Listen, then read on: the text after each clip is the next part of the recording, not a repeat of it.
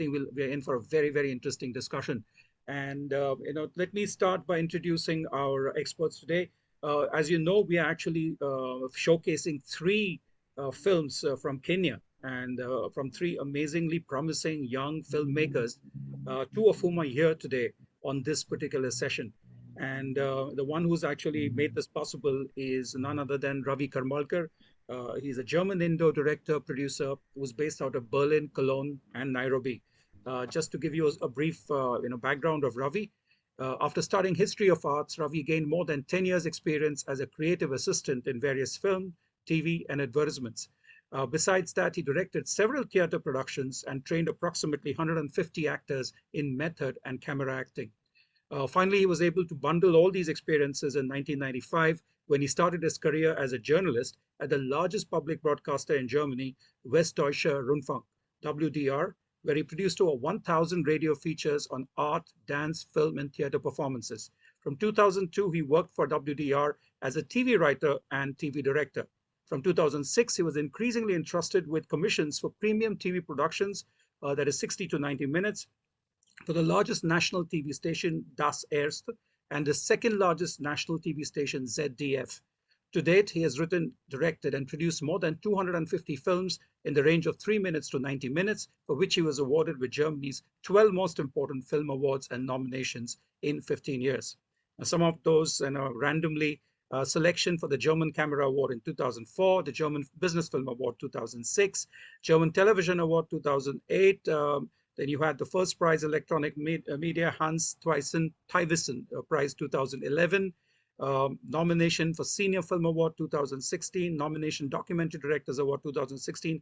The list goes on. So really, it's absolutely an honor and pleasure to have you with us, Ravi. Thank you for being here, and thank you for getting us acquainted with these wonderful, talented filmmakers from Kenya. We go next to our next guest today, none other than Vincent Mabaya, director, cinematographer. And I'll just like to read something which he has said, and I think that kind of brings forth to us what Vincent is all about. He says, "I consider filmmaking to be the single most fascinating expression of synergy. Having come up from the theater as an actor into camera work and ultimately director, I feel I've earned some stripes, skills that allow me to lead creative teams from a point of understanding their processes. Having worked on most forms of audiovisual storytelling, the ability to jump from one to another is my strongest suit." And we are going to showcase Vincent's film, Ghetto Heaven, which is a Kenyan TV drama made in 2017. Vincent, welcome to the Rise World Summit. Thank you so much for being with us today. And of course, we look forward to hearing more about your film in this session. Next, we go to Kamau Wa Ndungu, director and producer. Kamau was born and raised in Mathare slum in Nairobi. He has been an actor and a director for more than 15 years. His regular appearances on Kenyan television include Reflections, Asali, and Heartbeat FM.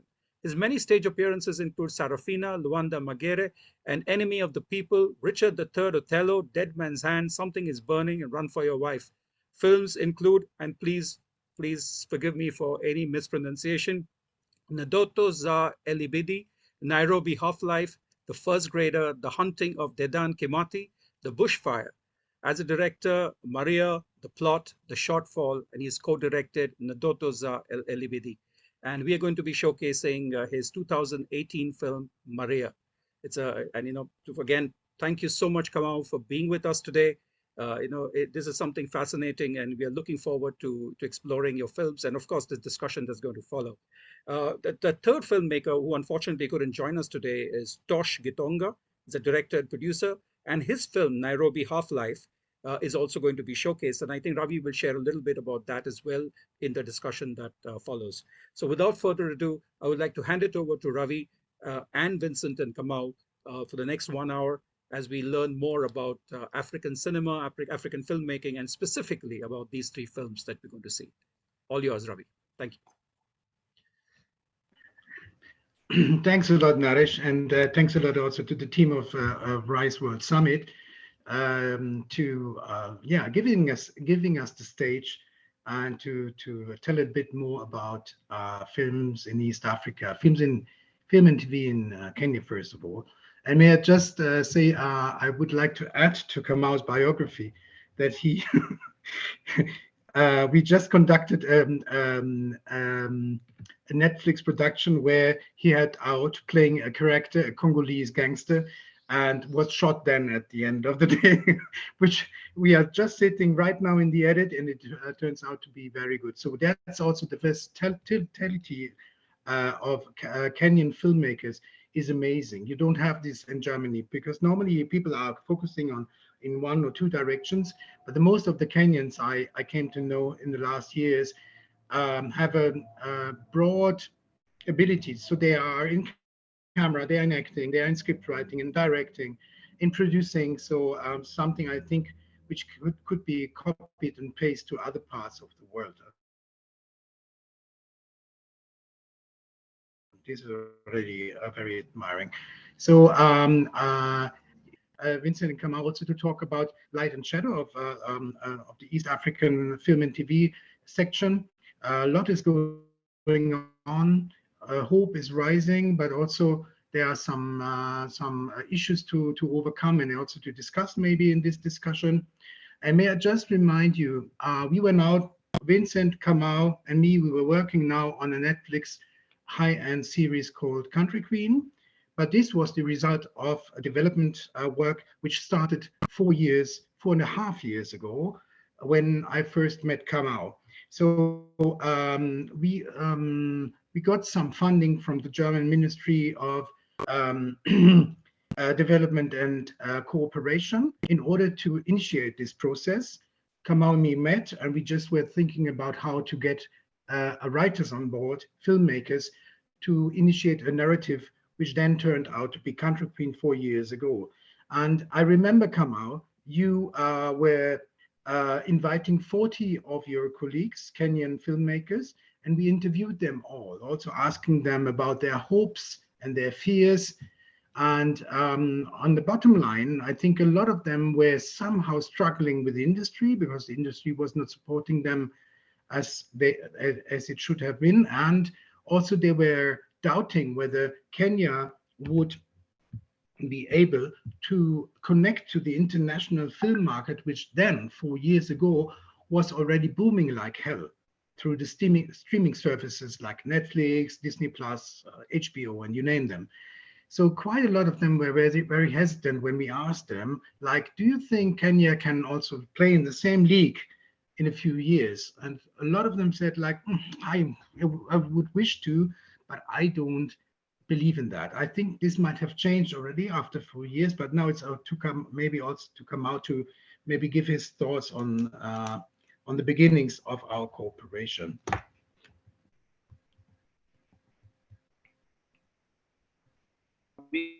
I'm having really terrible internet problems here, so I missed most of the stuff that you said. I'm very, very sorry for that. It keeps on telling me that I'm unstable. So I'm hoping that I can be able to have the session, the whole session. Yes, I could you kindly repeat the last question that you asked? I didn't really hear what you Yes, said. I'm in, sorry for that. in a nutshell, it's about also when we started 4 years ago, there was a lot of doubt whether Kenya could connect to the international booming film and TV market. So maybe you also talk about those worries at that time and how this has Yeah. changed meanwhile. Yes, the worries about Kenya connecting with the international scene has always been funding.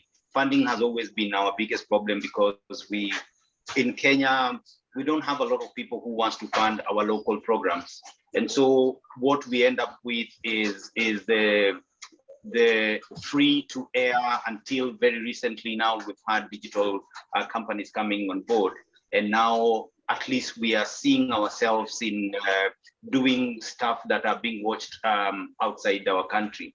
So when we met, these were the fears. The fears were, so how is this going to happen? Because then, are you going to where are you going to get money and stuff like that? So it's the biggest fear that we've had. And I think Mbaya, my colleague, would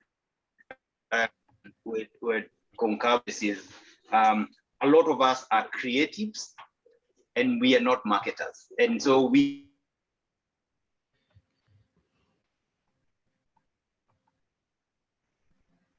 Okay. May I just step in as Kamal seems to be frozen, but Vincent, you can still hear me, right? Ravi, if you don't mind, I think I if can hear you, Ravi. yeah, if Kamal can keep his video You hear off, that? it might help with the bandwidth. Yeah, maybe, I don't know. Can you hear me? Naresh, come again. I was just wondering if Kamal, if you can, switch your video off, perhaps that might help your bandwidth. I don't know. We could try that. Yeah, that could be it. Can you hear me, Right. guys? I'm sorry, I traveled to a place where internet is a yeah. Can you hear me now? Yeah, just turn your video Yeah, off, Kamal. absolutely. I'll try to turn my video off and see whether that works. Okay, cool. I'll try that. Does that Yeah, work? try that. May I just, after the interruption, may I just sum up also come out thought of, yes, there is an issue in funding here. On the one hand, even today, international production companies, streamers, and so are hesitant to invest into Kenya. And also there is also quite, as I learned, hesitance of Kenyan businesses to invest in film because they don't believe in the outcome, whether there will be a revenue of Kenyan films for them. So that's something, and maybe also for the viewers to understand.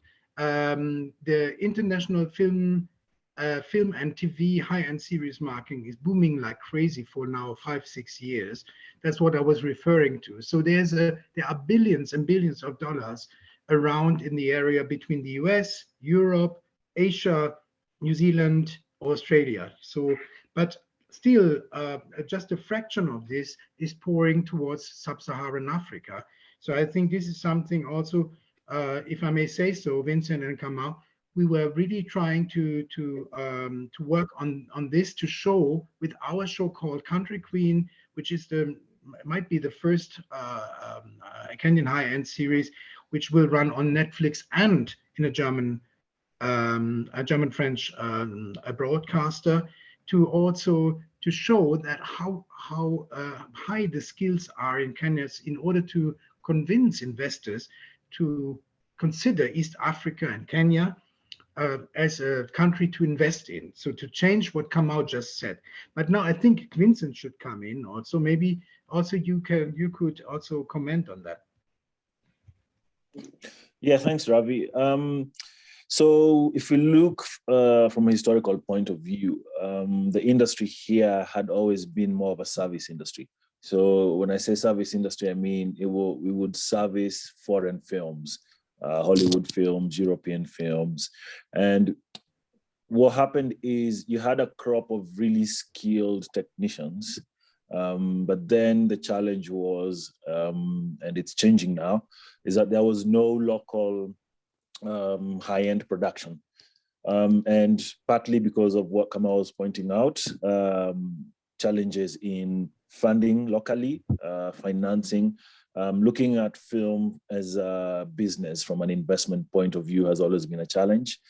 The government did set up Kenya Film Commission, which has a little money that is trying to put into development of film.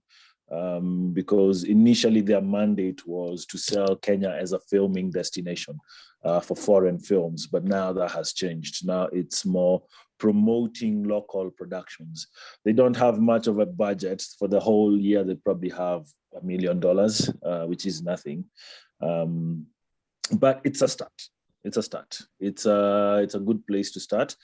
A lot of the work that has really pushed local production has been from foreign investment, from what, for example, what Ravi is doing with Country Queen, that sort of format.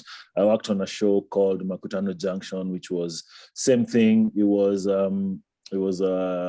supported from by the British Embassy, by the British government. It was a series as well. It was a series that really helped set the standard as well for local dramas, local productions in terms of the way of approaching the work ethic, the technical quality. And so you have that, from that, locally we've started to build. And then now you have something like Country Queen coming and pushing that bar even further. And then hopefully from that we'll build even more. So it's a slow process. It's been a slow process. It's been tough for us in this industry.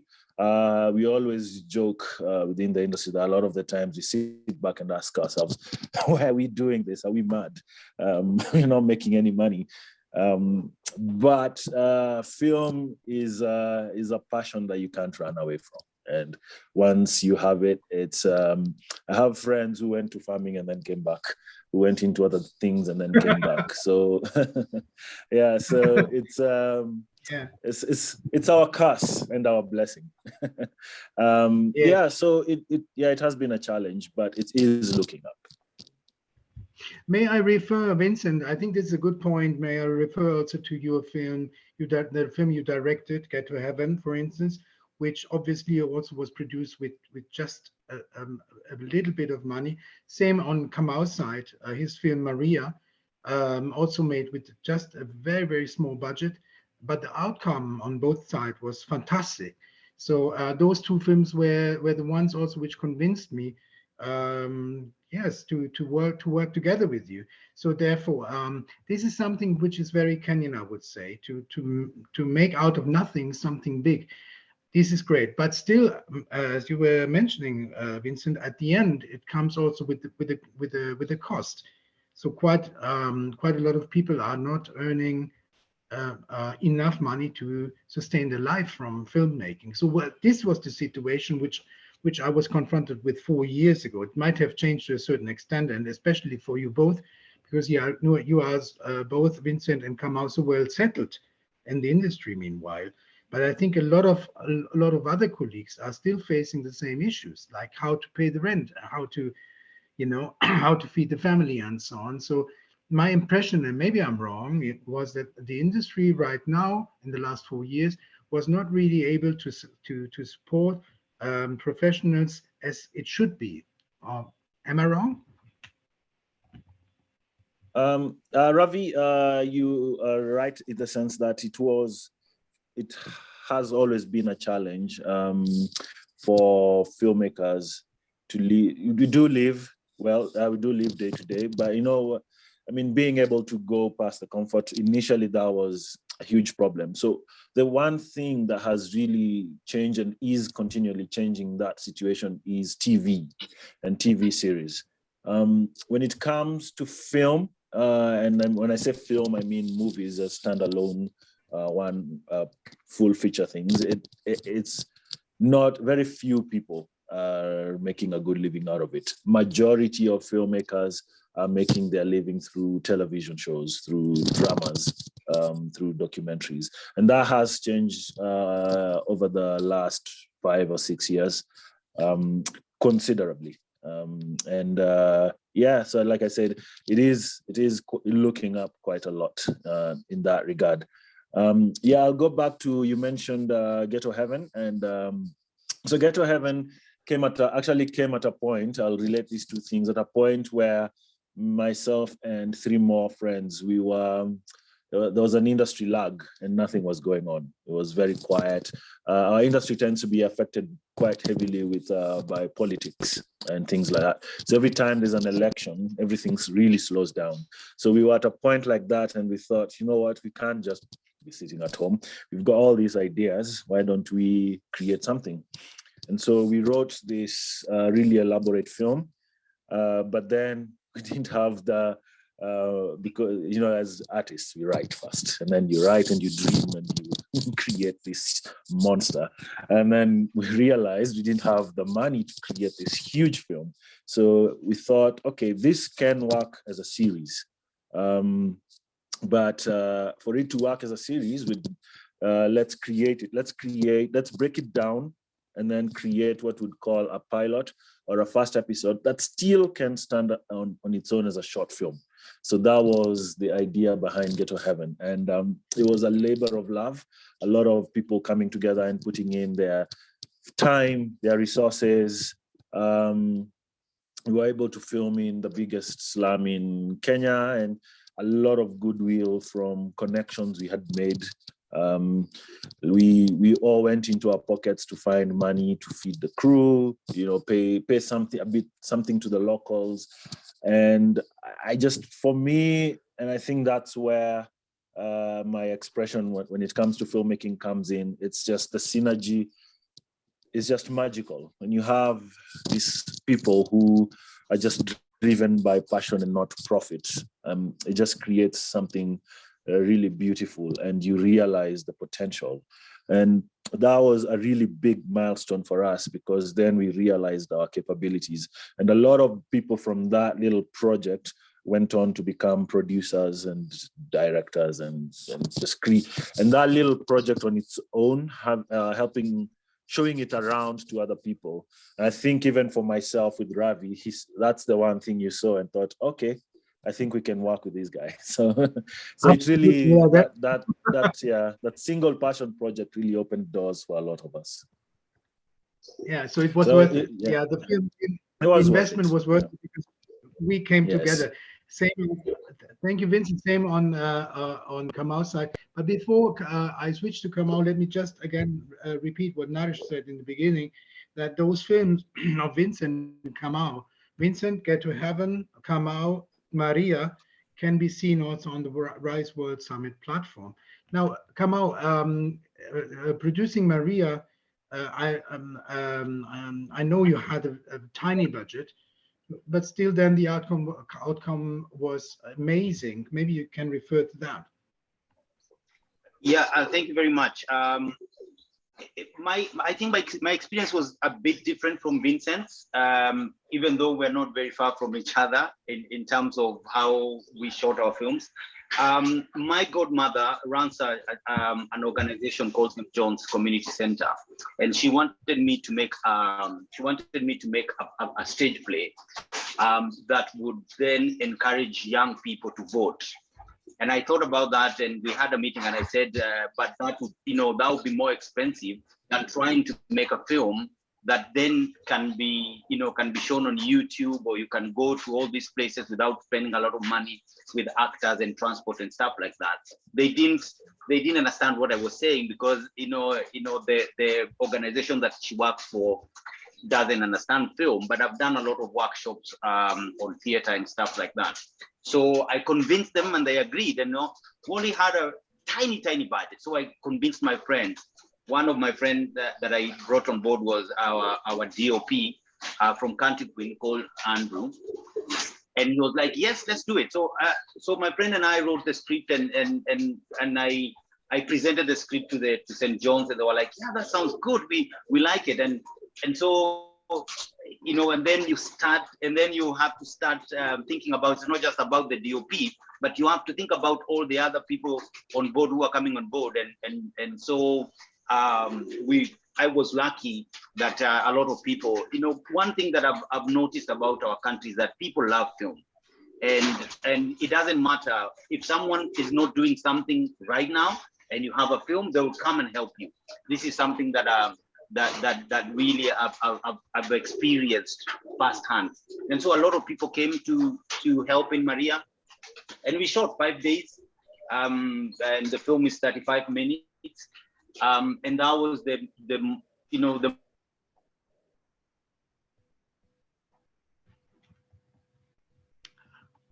Oops. I think we lost him. Yeah. Yeah.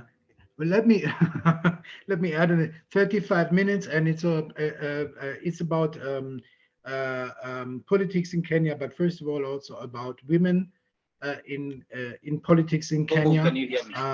So yes, it's really worth it to click on the film on the Rise World Summit platform. Kamal, we just lost you. I know, I think we heard it. It's very annoying. I was just saying that we used to wake up at our most of our call times were at 5, and no one was ever late. Everybody was there on time. We're ready to work for this film. And I remember the last day when we were shooting when we did the last day, people are going like, "Are you sure? Have we done everything that needs to be done?" Like, people are enjoying themselves. That's the point. So yeah. little money, but we enjoy ourselves and we, and we love what we did. Yeah. Yeah. Well, on the see me as an Indo-German producer living in Kenya now for 8 years, I'm completely split into two parts. On the one hand, I love also the energy you are describing, Vincent and Kamau. Also, doing a project as friends or treating it nearly like, having a party or a grill event with some beer. So that, and then even the outcome is very, very good. But on the other hand, I also would say that other players in the society and industry are also playing with that, saying like, you're doing films like that anyway, so why should we pay you or should pay you accordingly? And I think this is something also which should change, and I think you are also working on this kind of change very much. That's what I can tell. Working with you every day and also being in Kenya for a long time now. Let me just remind us that this is the Right World Summit, so it's very much also about development or getting the world ahead. Now, maybe for our viewers, it might be also interesting. What would be your vision? Kenya, let's say 2025, 3 years from now. Vincent, what would be your vision? Regarding Yes, TV series, right? Sorry? Your vision regarding film and TV series, first of all, right? Yes.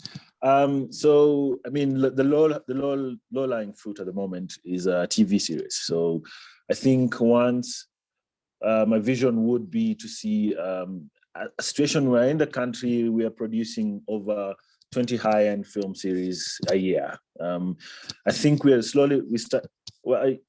years ago, I think it was only Country Queen in development. Now, at the moment, I think we have about 3 high-end TV series being developed.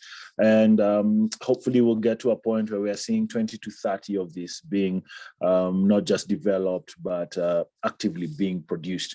And I start with this because that's the low-lying fruit. That's where once everyone has their bread and butter, we can start going into now standalone films.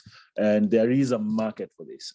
There's a very young guy who's proven this in the end of last year. So what they had a very good strategy. He and his friends were actors. The wife was a producer. Working for different companies, and so they all quit where they were working and got together and started with a very interesting process. So they started building an audience first, and they built an audience through theater and live performances and created a niche audience. And then from that niche audience, they started creating another audience on digital platforms through YouTube and Instagram and things. So at the time, and I have to say, even for myself, I didn't really see what they were doing, but it's a brilliant idea what they did. And once they had created an audience of not too many people, probably about 20 to 30,000, what they then did is they made a film, a comedy film. And they did it at not a very high budget. They spent about 2.5 million, 2 to 2.5 million shillings, which is not much. That's about what, $20,000, I'd say. Yeah. And yeah. About 25,000. Yeah. 25,000, yes. But the amazing thing is on the weekend when they released it, and had people buying tickets for the theater, had people buying links for the digital platform, they made 5 million shillings, which is about $50,000. So they doubled what they had spent. It's not much from a global point of view, but it's a big win from a very local point of view. The fact that you can have this very young filmmakers, group of actors going into directing, changing a narrative in this way. And you can imagine if that is just extrapolated, not even number-wise, but in terms of No, I mean, not in terms of the amount of money, but in terms of number of productions. If you have 10 of those little elements happening, and then grows, and it grows from there, and it just compounds. So for me, that's my vision, to be able to see an industry where you have this groups, little groups of people creating little things that eventually begin to blossom into a huge thing, a bigger industry. Because I believe that's where we should start. Everyone would love to have a $20 million budget, but that's where I think it'll start, and that's where it'll grow. So in 2-3 years, that's where I really would like to see the country in terms of film production. And also not a key thing which I feel is very important, and I think we've had this conversation with Ravi and Kamau when you think about content, is looking at the market not just from a Kenyan point of view, but from a Pan-African point of view. The market is big out there. We always joke with Kamau that if you just focus on Nairobi, that's a little market in the village. But if you produce for the continent, then you're looking at something bigger. And yes, that's the vision. Yeah, thanks, Vincent. Kamau, same question to you. Vision, Kenya, or maybe Sub-Sahara 2025? Yeah, the biggest question that when you go to someone, the people that we call financier, when you go to a company to ask them to finance a project, the question that they ask you is, how am I going to get my money back? And I think that's where I base my vision. I want to be able, in 2 years, I want them to come to us instead of us going to them and saying, hey, what can we do? Because, you know, there's an opening here. There's a product here that we only need to tap into it, and we'll get there. I'm hoping that the government, like Baya mentioned earlier, that they have $1 million for, you know, to play around with. I want them to see that we can actually double that, we can triple that, we can do something that our art can bring something back. So so that then we are not being asked this question over and over of how am I going to make my money back. A good example is Nigeria. Nigeria, you know, film right now is like cash crop for them, and the government is pumping money. And Nigeria is not anywhere near Kenya now because the government believed in them. Our government is still not believing in us, and neither are the you know, players, the people who have the money here. They don't have very good faith in us, on us. So I'm hoping that in 2 years, they, you know, will be able to showcase what we have. And an example that Mbaya just shared about our friends here, doubling what, you know, what they spend on a film. It's really promising. And, you know, it's something that got us thinking, you know, like, why do we have to depend on other people to come and invest in what we are doing? Can we do this ourselves?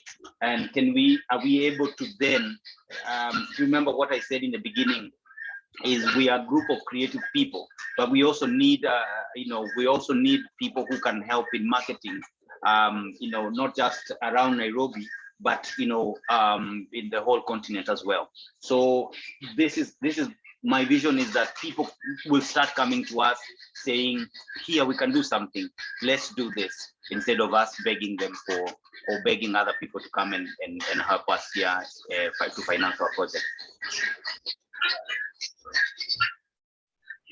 Yeah, thanks, Kamau. Thanks, Vincent. Yeah, this is the vision, but somehow it feels, you know, being here and seeing the development in the last 4 years, and it feels as if this could come true in 3-4 years. And let me also inform the audience out there that Sub-Saharan Africa mainly has, I think, 3 countries which are promising. Well, first of all, South Africa, which has a $1 billion industry and is attracting a lot of international productions, TV and film productions. So they come there. So they have a very good service industry, but meanwhile they are also producing a lot of own content on a very high level. And so there, I would say the connection there between South Africa and the international film and TV market I was just mentioning in the beginning is already there.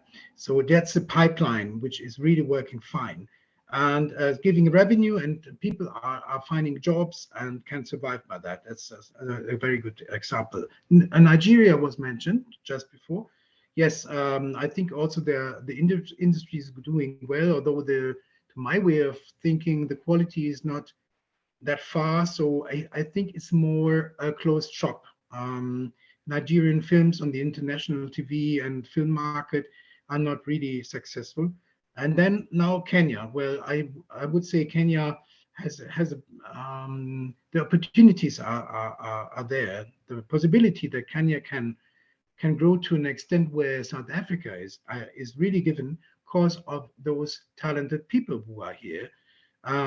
So if I may, my vision for Kenya in 2025 would be that the industry then is so strong that also Kenyans can think of producing somewhere else. For instance, going to Germany, to Europe, and produce over there.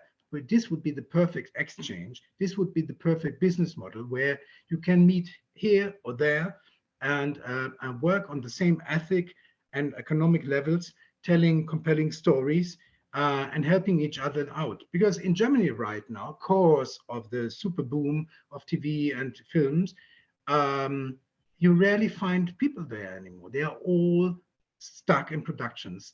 I know from friends, they have production companies, they are not able to get a team together because they are all rented out. So it would be great then if the Kenyan industry would be that far that you say like, okay, let's get 20 people over from Kenya to Germany and put them in German production, producing stuff, and then and have an exchange.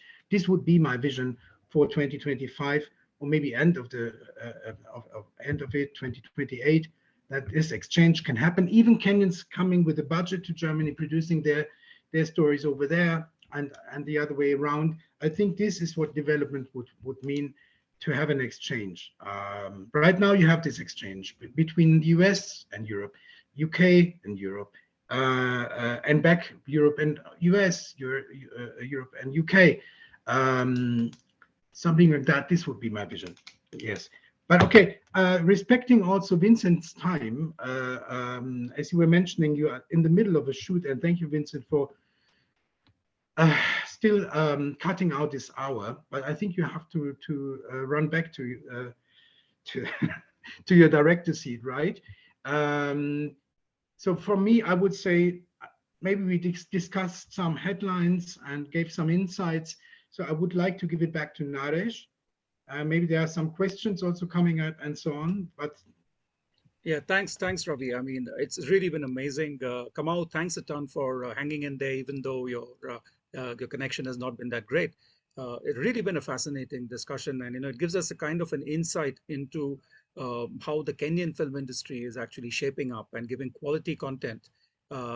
Despite all the obstacles, and I'm really hopeful for a phenomenal future for the industry. I think we have a question from Ashwini, right? Ashwini, you have your hand raised. Yeah, I just have a comment. I'm amazed as to the stories that are coming out, and how with low resources we can still make high quality content, but it'll still take a lot of effort from the people, and it finally, I don't know if it is worth it, but I'm also seeing, like, if it doesn't pay back quickly, then people are going to shy away, right? Like, in the sense, and there needs to be some kind of even for any art, for that matter. We see over and over again in India, there's a lot of handicrafts, artwork, cinema, local cinema, that people are very, very, very passionate about, but are not going that direction only because of low payback or profits, right? So I just wanted to put that comment out there, that it's not, something has to be done for local talent to come up, and I don't know what that is, but I'm glad we are able to have this conversation though. Thank you. Yeah, that's great, Ashwini. A good point. I have a question, Ravi, and it's very interesting. I read in your, in the notes that you had sent earlier, that the German embassy or the German government is, it was through their help that some of the films got made. What actually influenced the German government to actually invest in Kenyan filmmaking?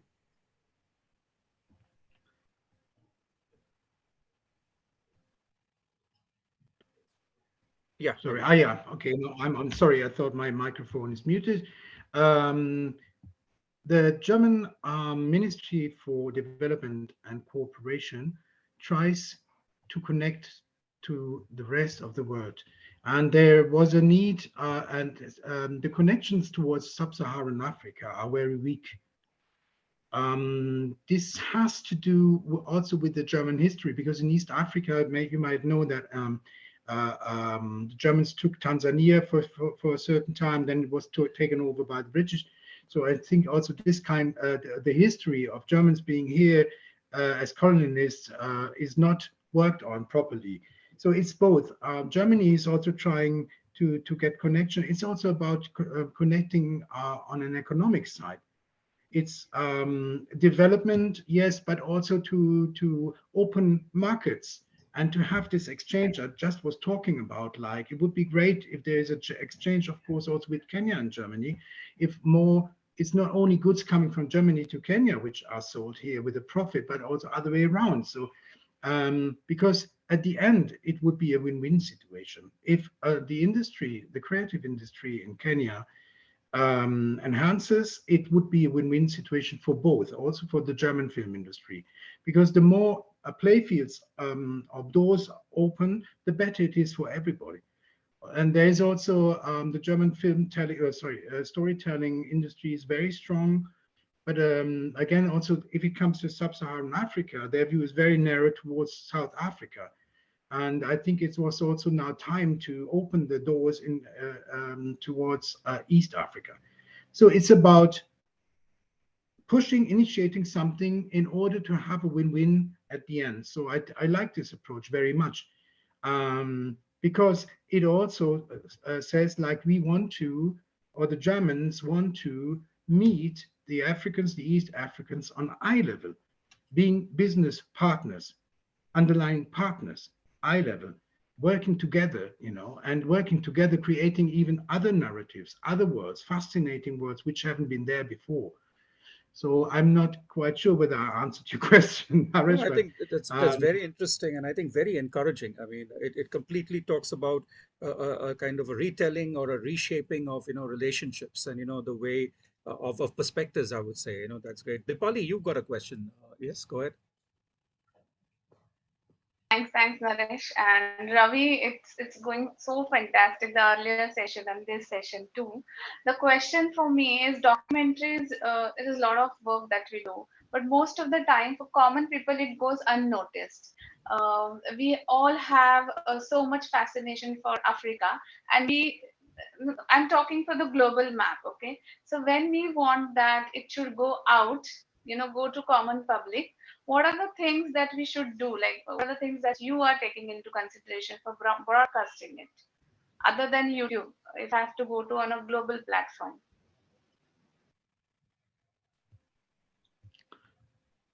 Deepali, I'm sorry, I had a bad connection. Could you just repeat your question in I a think what nutshell? Dipali wants to say, Ravi, is like whether it was documentaries which we spoke about in the earlier session, or the work of our Kenyan friends, the filmmaker Mau and Vincent and so many others. One option, she says, is always look them up on YouTube. But that's still a very push kind of thing. And how can you? Is there a way in which this can be taken to the larger audiences? Is there some kind of thinking on that? For example, if these three movies, which we're so happy to showcase on the Rise World Summit platform, uh, you That's know, yeah, how do we take that to the yeah, larger public, who are queuing up for Bollywood movies and say, hey, yeah. you need to be watching these But movies? okay, are there? Mhm. Yeah. Okay. First of all, very common. The films of Vincent and and Kamau and also Tosh, who can't be here today. Of course, these are. And as you were asking about documentary, I think this is a topic which needs quite a lot of time, because it's a discussion going on inside the industry whether documentary could have a better stand than today. Because I don't know, Vincent, maybe, and Kamau, you can answer that. If you produce a documentary in Kenya, I don't think you can sell it very well, and also not a lot of people will watch it. I think this is a phenomena also on a global scale. Also in Germany, people watch documentaries, but not as much. People tend towards fiction. So as I think Vincent, Kamau, and me are not only artists but also businessmen, so of course we try to reach out for the market where you can reach the most, and also maybe you can get a profit out of it. If documentary doesn't offer you a profit, then of course it's you shy away doing it. I have to say for myself, I come out, in Germany we have it's also historically given, and I think Naresh pointed out in the beginning, I've done a lot of also long documentaries with the huge budgets and so on, because in Germany, but also in UK, there's a history of doing that, and but in other countries I couldn't really find it. Then I think also in the panel before it was mentioned that also Netflix now tries to go for documentaries. They work quite well also if it comes to audience.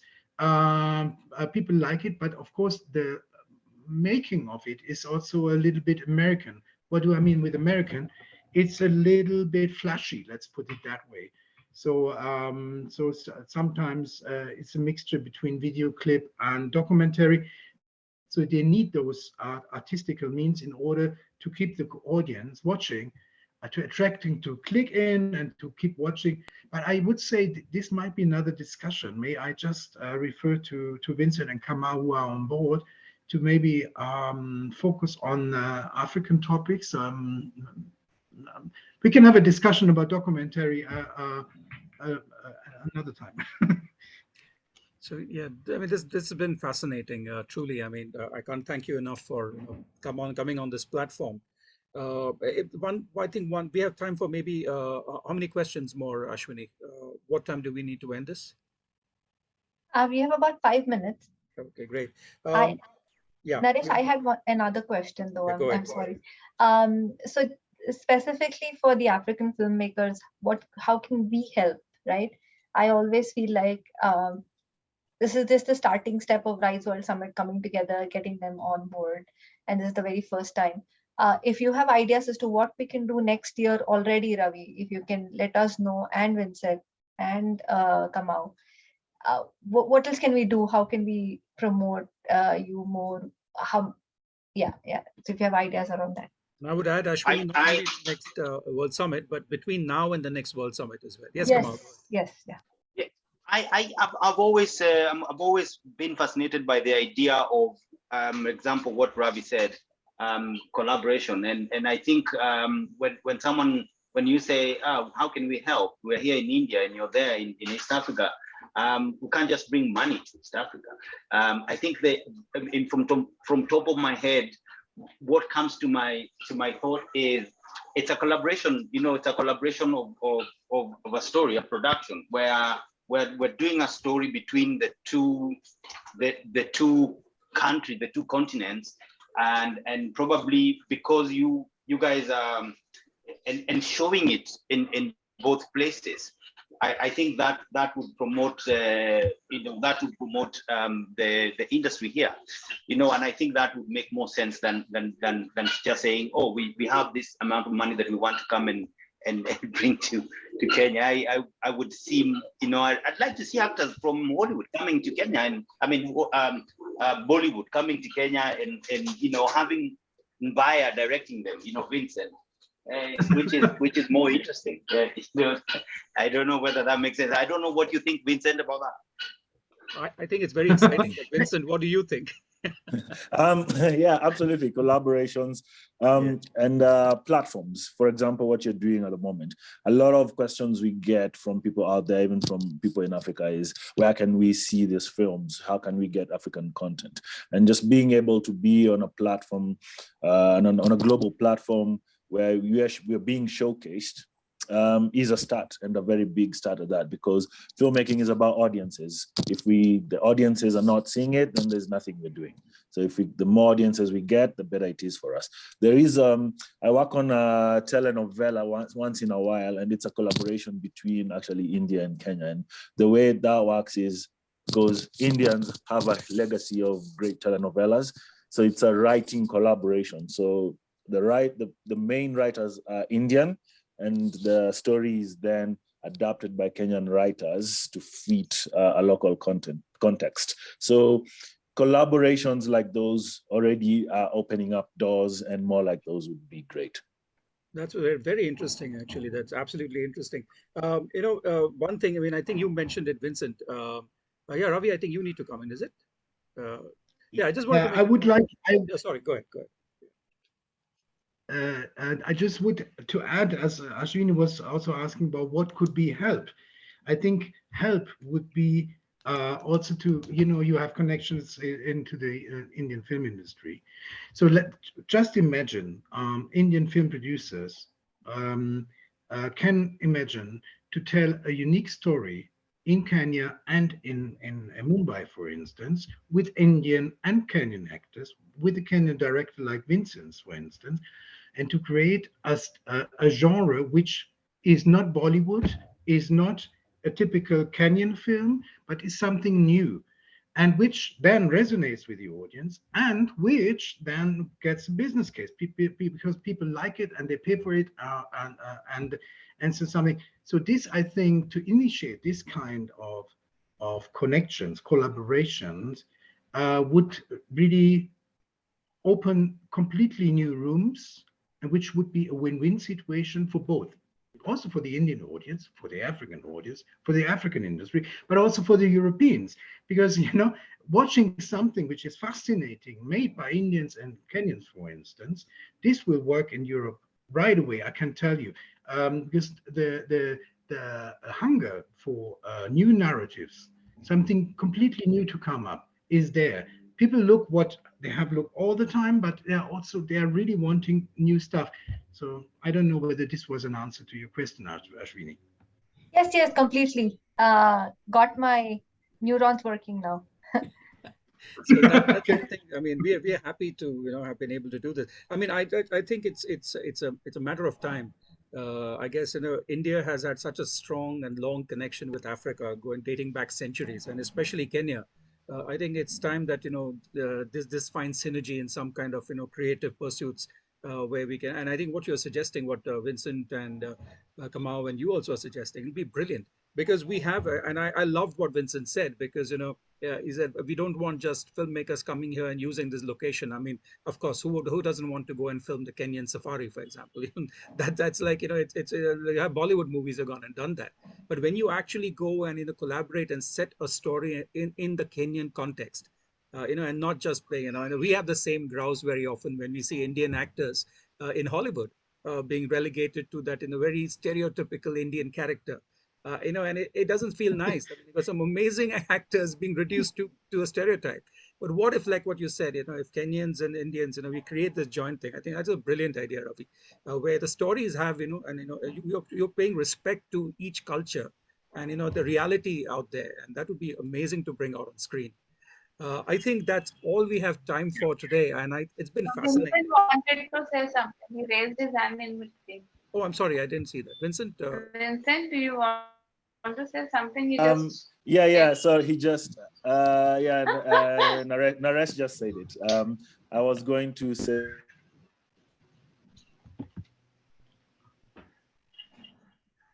Oh, wow. Vincent, I think we lost you for a bit. He's still not joined in, is it? Well. Oh, Vincent. Yeah. I think Vincent wanted to share very interesting thoughts. I could feel it, but But maybe I mean, continue another time. I don't know, Vincent, whether you hear feel like us. this merits a kind of a film festival of its own, standing on its own, and maybe Rise can do it. We'll figure out ways to do it, where we Yes. get more people like Vincent and Yeah. Kamau and get them all in. It'll be amazing.